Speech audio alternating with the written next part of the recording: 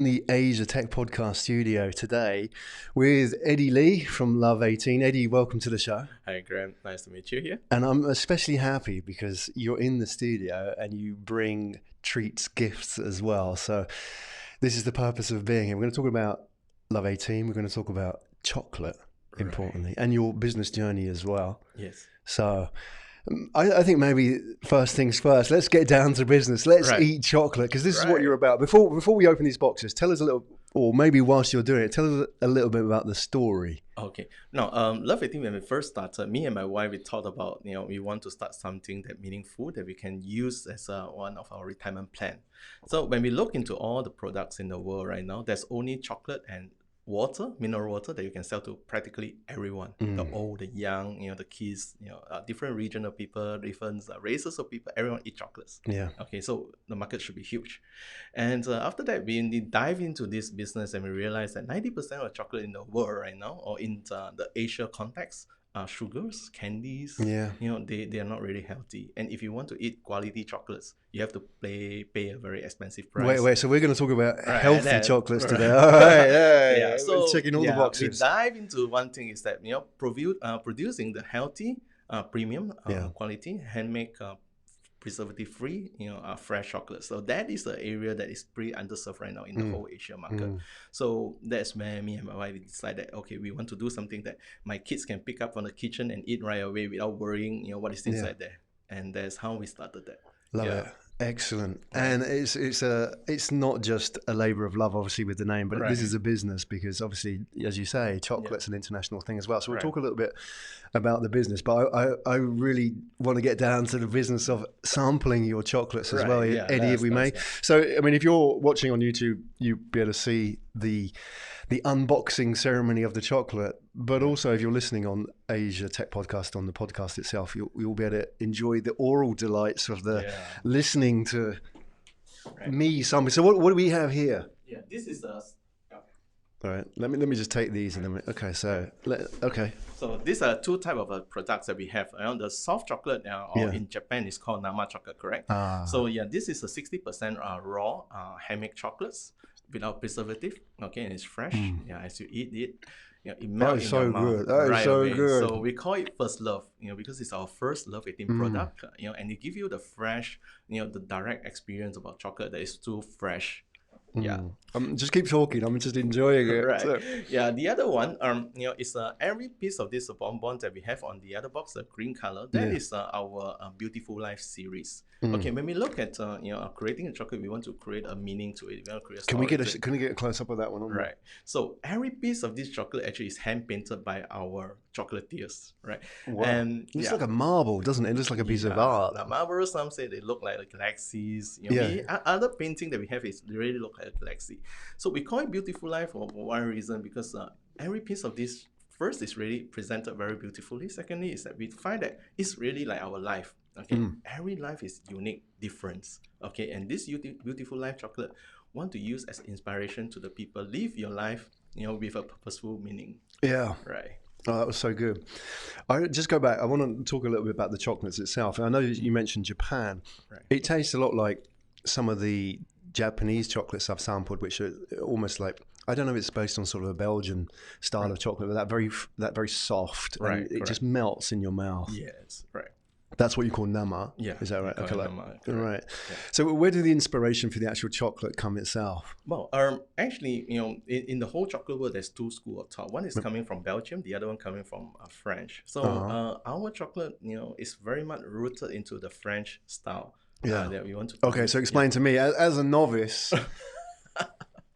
As a novice, what's it about? What's the difference? No, Belgium chocolate. If you eat any Belgium chocolate, always you'll taste. The first thing is that you taste the taste of the flavor. So whether it's a mango chocolate, you taste very strong mango, then followed by a very light chocolate there. Right. Okay, but if a French chocolate, then you taste the very strong chocolate. Mango is just a substitute of the flavor there. Oh, I see. So they're the authentic. So your style is the French style, and that's chocolate first, and then the sort of the nuance of the flavor second.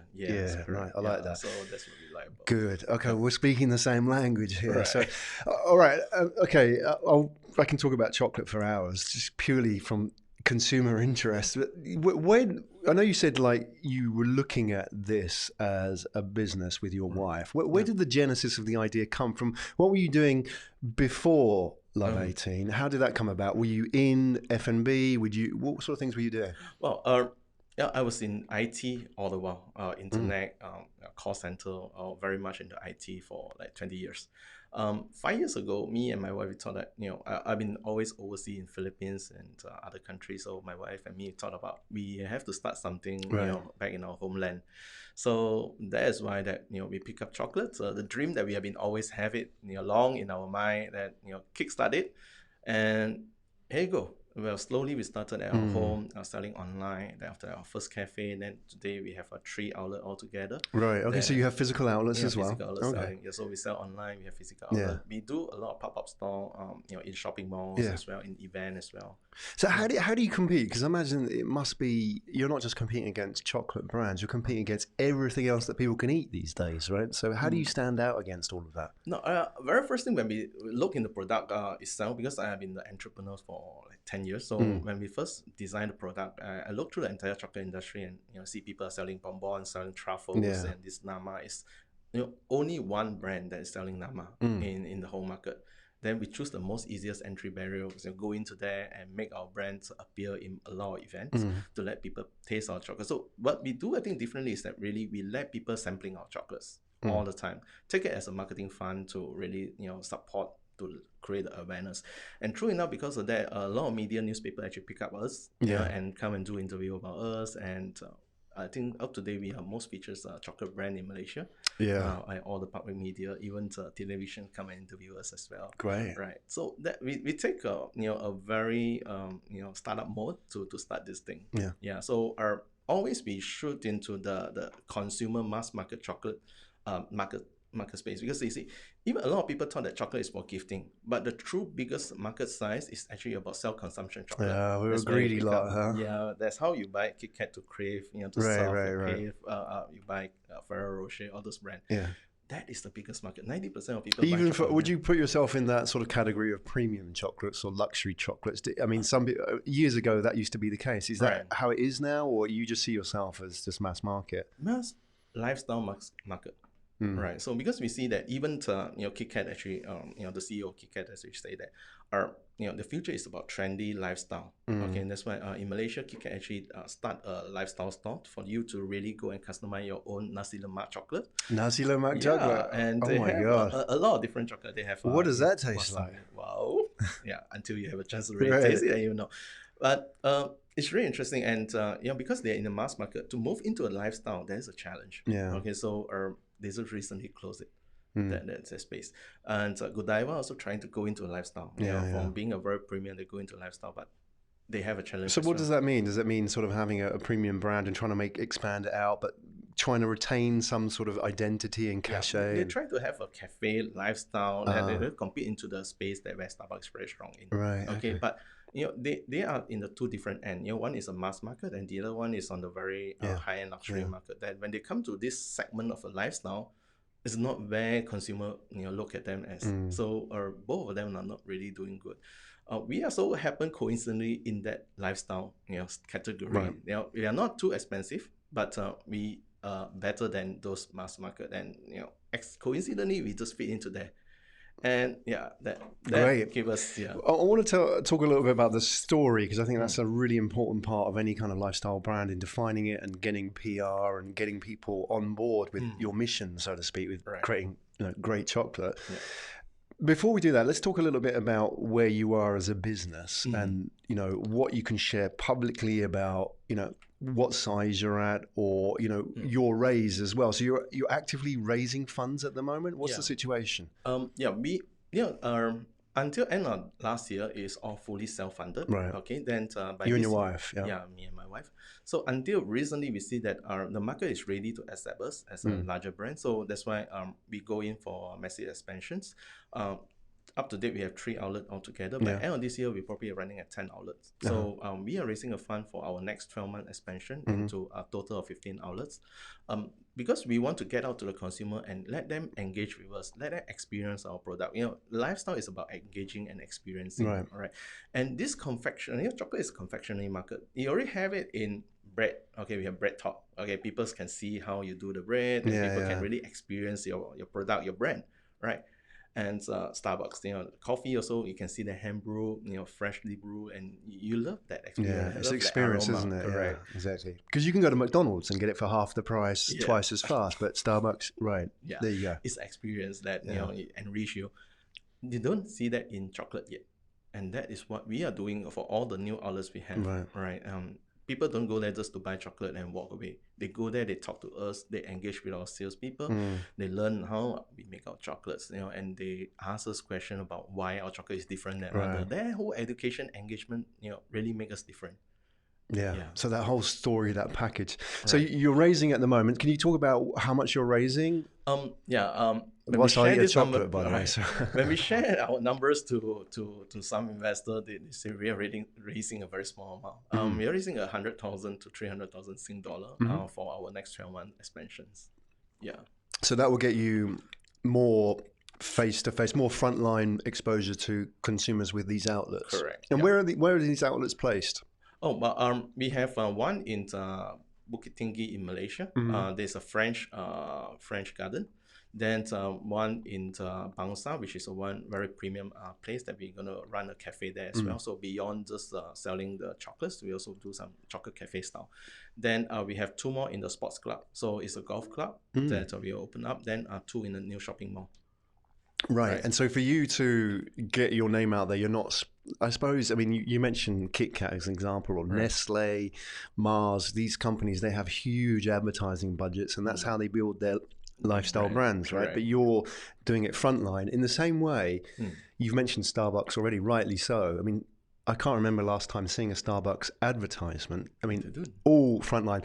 And as well, I mean, take it out of chocolates and into tech. Apple, as an example, built their brand through their retail stores. And I think if you look at the data, 62% of Apple employees in the US worked for Apple Store. So it was a retail brand, and they didn't have to invest billions in advertising, because you walked into an Apple store, you talked to the Apple genius guy who knew everything about the laptop and the iPad and could really sort of, again, it's the experience, isn't it? And it's the same as what happened in Starbucks. And that's kind of so important to brand building today. That's what it's all about. So, I see what you're trying to do, and you're creating that brand by how you touch people in the real analog world, right? So that's kind of how I'm trying to interpret what you're doing. In the same way, in a similar way, Starbucks did it and Apple did it. So for investors, there's that growth story, isn't it? Potentially Starbucks, Apple, comparables, maybe. So I can see why they say 100 to 300,000 is a small amount. That's really for our next 12-month expansion. And we take it, this like our seeding phase. I mean, the seeding, our own seeding is there already, but we take this as a very first phase of raising money. To really look into a bigger picture later on. Okay. And let's talk about the business itself. So it's yourself and your wife. I mean, how many people are on your payroll? Right now we have 15 full-time employees with us. So around 40% is on the sales, and 60% is on the production. And how do they do that sales? Is it sort of B2B sales? Are they phoning up retailers? No, all is B2C. So these are people who are frontline, talking to the customer, engaging the customer. So how do you do that? Because I imagine, like, for you, those people that you have, the B2C salespeople, are your brand effectively. So, when you talk to them, it's how they interact. And you could spend millions on advertising, but how that person interacts and tells the story about Love18 is the brand for that customer, right? So how are you sort of, what's the word, like, not institutionalizing, how are you packaging that within your team? Because as you grow, that's going to be a challenge, isn't it? I think the first thing is that really a leadership here to share the story that they can believe in. And they all have the same sound of this, the same communication. Pretty much like what you say, I learned it from Apple experience as well. Read that book and really learn how they communicate the whole message to the brand ambassador, genius, to bring it out to the consumer. Correct. It's the apple of chocolate.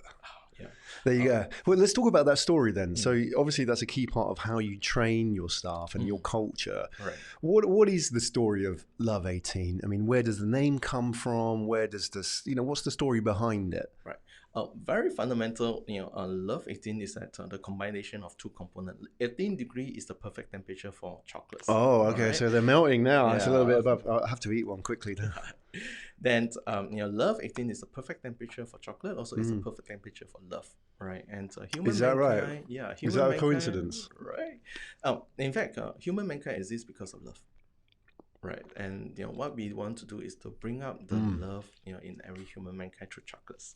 And that's where our tagline actually called, sharing love, delivering happiness through chocolates. Yeah, so when you give a box of chocolate to people, you're not just giving away your love, you're also sharing your happiness away.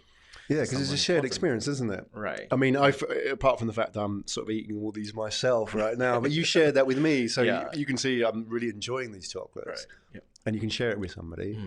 Yeah. So that's kind of important part of why somebody would buy them if they want to sit and share with, with their loved one, with a friend or whatever. Right. So. Yeah. And in fact, during Christmas or Chinese New Year, you see that a lot of people buy chocolate. Not just buying one box for themselves. They normally will buy 3 box, 4 box, give away, share with friends. Yeah. Excellent. Okay, and you mentioned delivering happiness, and I couldn't let that one go by me without sort of talking about. Is that a nod to Zappos at all, or because no, that is really coming from Tony Hsieh. Tony Hsieh, right? So he's like the CEO of Zappos, right? So true. So you read the book, or did that influence you at all? A long time ago. I mean, when Tony Hsieh built that company, Zappos that want to create a happiness place, stuck in my mind. Always stuck in my mind that I like to create something that people really enjoy. Okay, beyond just chocolate, the culture, the environment, the places that we work together, coming as a team. It's the family that we want to create together. Yeah, some great stories there. Right. That, I mean, for those listeners or viewers that aren't aware, it's a great book to read, Delivering Happiness. So he built that company and sold it to Amazon for $1 billion in cash, more or less, wasn't it? That was a great deal. Yeah. But you can see why Amazon would buy a brand like that, because they're not just buying the brand, they're buying all that know-how about how to create an amazing service company. Right. And so I guess this now comes down to like delivering happiness through chocolate. How would you do that? Because Zappos is famous for some quite extreme examples, like where somebody would phone up, they would get shoes delivered, what they were doing mostly. Right, they would deliver shoes, and then somebody would get the shoes for their husband, but the husband had passed away, and then she would phone up customer service and say, look, I ordered the shoes, but my husband's passed away. Look, can I send these back? And blah, blah, blah, all those kind of things. And then not in the manual, but the customer service rep, I suppose in the old school way of talking about it, would then phone the lady back, or not even phone the lady back, but send flowers to her and say, hey, look, I'm really sorry to hear about your husband. Didn't have to do it, didn't have a budget to do it, but decided to do it. It's very human. And I know you've mentioned, for example, like Love18 and the human angle. It's a very human thing as well. So how do you do that with chocolate? How do you do that when you sell it and service people? On the very fundamental about product itself first, we offer one-to-one exchange, no question asked. At any point of time they don't like it, they want to return, they message us that I don't like this chocolate, we just change. Okay, or refund or exchange back, no question asked. So after they've eaten it? Even some they have expiry date passed already. They say, I open up, it's moldy because we don't have any preservative inside. Whenever they show us there's a moldy chocolate, we just exchange, no question asked. Even that they are in anywhere, we deliver to them. Okay, so that's a very fundamental thing we do. Then the second thing is that a lot of people, they came to us, they asked us to customize chocolate for special occasions, special days. We do all the way we can. Even a small quantity of 20 box customized chocolate, which normally corporation don't do, we do also. Right. How do those policies compare to the other brands out there in the market who do? I think no one goes so far compared to us at all. I mean, even in the Asia context, because a lot of chocolate company, they go in more for the profit purpose. We go in for creating a brand, a story, a company that people are willing to come together and make something different. Right. Okay. So then how do you justify that from a profit perspective, where doing a small run of 20 customized chocolates might not be particularly profitable for you? Right. You're running a business. how do you then justify that, not to your accountant and your investors, but to your wife and to all your team as well, that, okay, we're going to do this, but maybe if you can go out and do a 10,000 order for Walmart or something like that, you can make a lot more money. So why would you invest your time in something like that? No, because when I'm coming from tech, so we believe in lifetime customer journey. We believe in CLV, customer lifetime value. So today it might come just by 10. Tomorrow it might happen by another 100. So true enough, we do a lot of this favoring deals with a customer, and it turned out these have become a long-term customer. Some turn out to be very good partners. Right. Okay, so we more believe that if we are doing a human business, then human elements should be there. That's great to hear. So do you track do you have metrics like going back to Zappos as an example, they pay a lot of attention to net promoter score, so repeat business. So you talk about lifetime value. Do you track that? Do you measure these? I mean, I know it's quite complicated to build the systems. Where are you with all currently, that? we haven't really going to track it. So what we are looking at is the order value. Okay, so in the next 3 to 5 years, we are aiming to drive our average order value to 250 ringgit per customer. Okay. Yeah. So right now it's that's about 100. 50. So it's about $70. Is it $80? So there's one small little benchmark we try to implement in-house right now. To talk about. Yeah.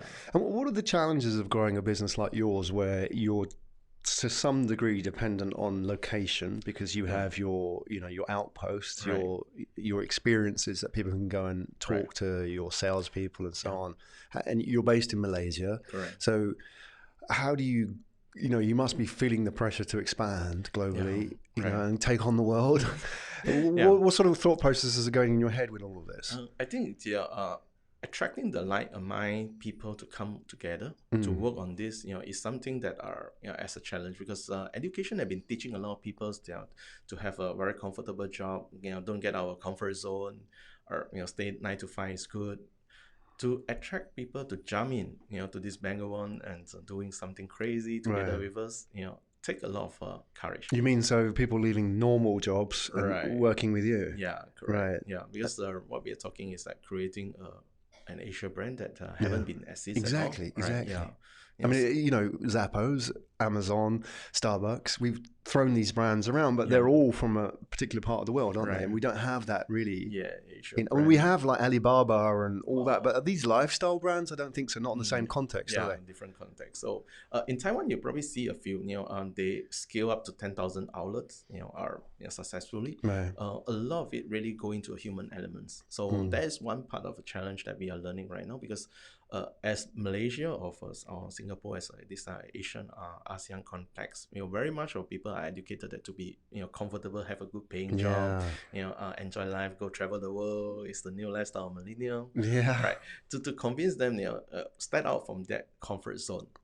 Take a while to really. And how do you do that? Because I'm often faced with that challenge as well. Yeah. I, have started a business here in Singapore, which, like Malaysia, has a particular attitude towards taking risk, right? Correct. Why go and start a startup when you can go and work for Maxis, or you can go and work for, some UOB bank, for example? Why risk it all? Yeah. So how do you get the people on board with, you need people, like you're a people intensive business, because people are your brand, right? You can't just write a piece of code and you're done.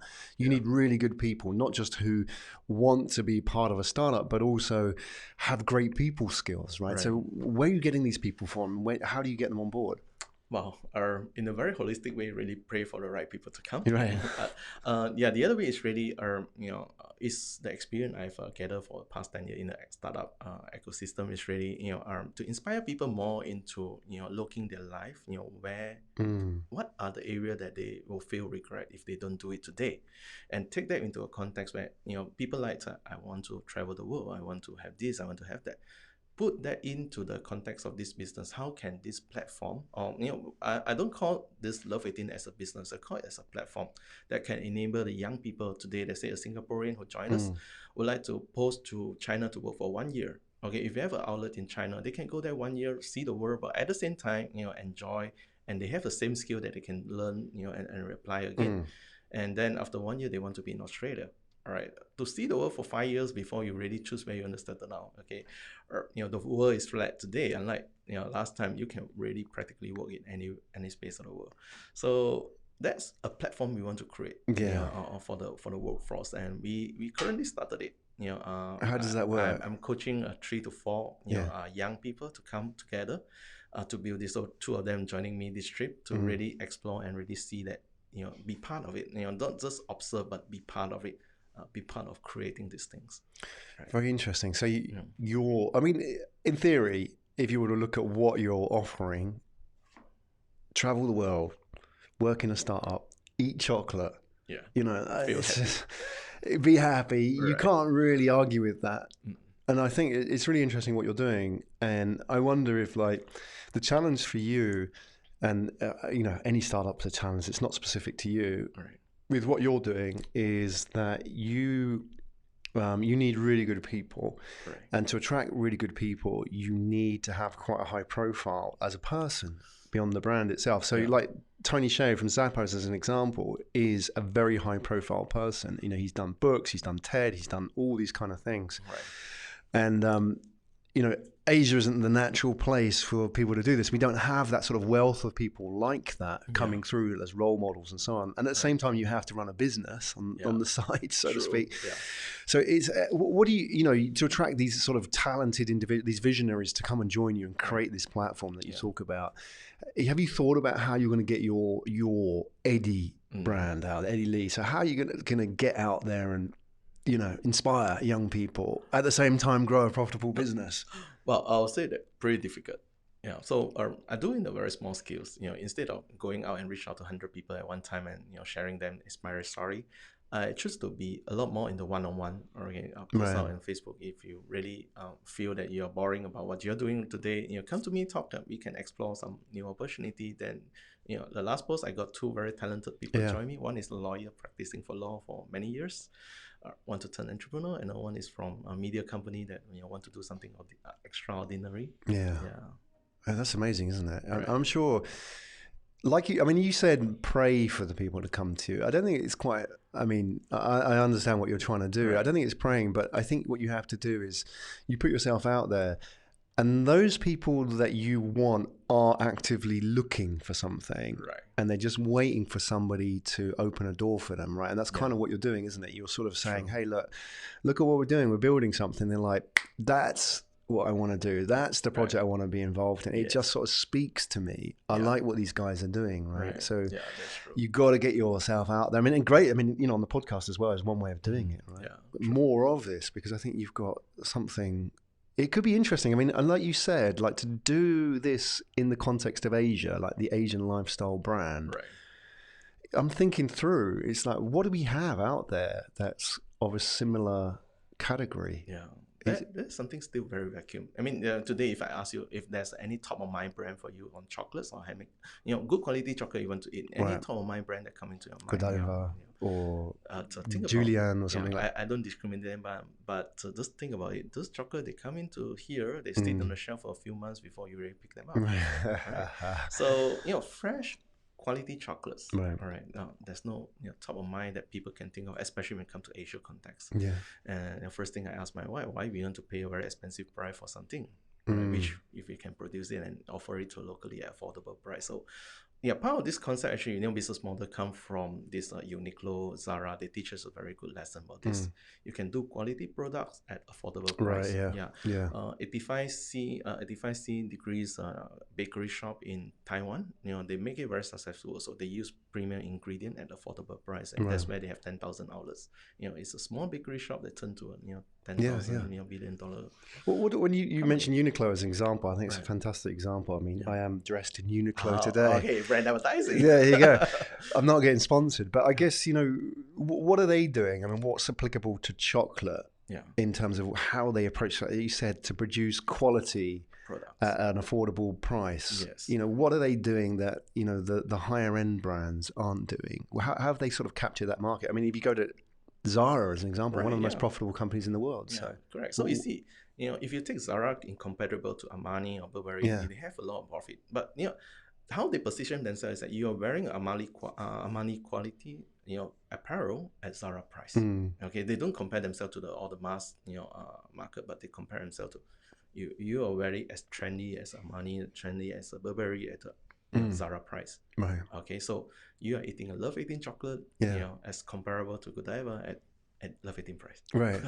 Does that? I mean, I wonder how much location has to do with it, because you're from Penang in Malaysia, which is famous for, well, as far as I see it from my perspective, laksa and food in Malaysian food, right? It has a food culture, doesn't it? Quite strong. Yeah, very strong in Malaysia. Sensitivity, about food. And it's quite sort of like a lot of street food, isn't it? Yes, and it's sort of very honest, good quality. It's not pretentious food in any way. It's not sort of like, the haute couture of food, is it? Yeah, and street food. Yeah. Exactly. And I wonder how much that's influenced your branding, because you mentioned, for example, like with the clothing market, Zara came from Spain, right, as opposed to, it didn't come from Milan or Paris, right? Yeah, so if you had grown up in Belgium, you'd be treating chocolate maybe in a different way. You'd be like, it'd be heretical if you went in and said, look, we're going to produce it at this price and this quality. People are like, no, you can't do that, it's impossible. So how has that influenced you, your background from Penang? Is there sort of a Penang sort of DNA in what you do? Right. So that's why, Penang, we're very particular about good food. Right, so the chocolates, before we really rolling out, we are very particular that will the taste really good. Right. So we spent nearly 1 year to sample, with anyone that we can reach, to ask for their opinion, ask for their feedback, until we really get the right, recipe out. And that's where we roll. And, in the first 3 months when we rolled it out, then instantly was picked up by the newspaper. Our first interview, second interview, all happened in the first 6 months. That they come in, because that particularly, demand for the quality or the taste of the food itself, is rooted in the Penang. Are you fussy eaters in Penang? Not fussy eater, but we appreciate good food. Okay. The taste, the aroma, the experience. Right. And we've mentioned Japan already as well. It's like, I lived in Japan for a long time, so there's there's an appreciation for food, which coming from England as an example, by comparison, we don't really have that. It's sort of at a very young age they learn food and what makes, like you talk about ingredients, what makes real food. Right. Like there's a real, even though they have McDonald's in Japan, for example, and they will eat it, they will appreciate, for example, they'll know like all the names of the fish. Yes, correct. Or they'll know what a vegetable is. Right. So like some places in England, like they won't know what an avocado or broccoli is, right? But there's that real appreciation. Yeah. I wonder, is that sort of a Penang thing as well? Do they have that sort of rooted in the culture? Yeah, I think we appreciate the taste, that if in Penang hawker food, if the taste is not good, this shop not going to be last for 6 months. Okay. You won't, because people will just, don't come. They just get them for one time. That's all. That's great. Right. So it's in our nature, in our DNA that food have to taste good. Yeah. It's like in Japan, the art, it's become an art. Yeah. And then just being just food only. Yeah. In this is part of the bigger story that you're telling, isn't it? We mentioned Starbucks as an example. Is that the Starbucks story started when Howard Schultz went to Italy and he saw baristas, like they loved the coffee. They didn't just like pour it. They they made love to the coffee. It was like an art, and all those sort of like movements and tamping the granules and the beans and all this sort of thing. It was a real art, and that that's how they built that Starbucks brand, right? It was sort of that sort of original sort of Italian flavor, Italian culture that really, Italians are so fussy about coffee. They won't touch any of the sort of stuff that I drink. So, I think how important that is for Love18 is to that DNA of your brand, which comes from Penang. Right. It's all about your authenticity, isn't it? And that people can't challenge that. It's like, we come from a place where we take our food seriously and we know what good food is, and we're not pretentious about it. Right. How important that is in that story that you're telling. Yeah. It's great. I love it. It's a great story. And, I really have enjoyed speaking to you, Eddie. And I think that, I really dig what you're trying to do, because, the names that you've brought up today normally are talked about in the context of, like tech startups. Right.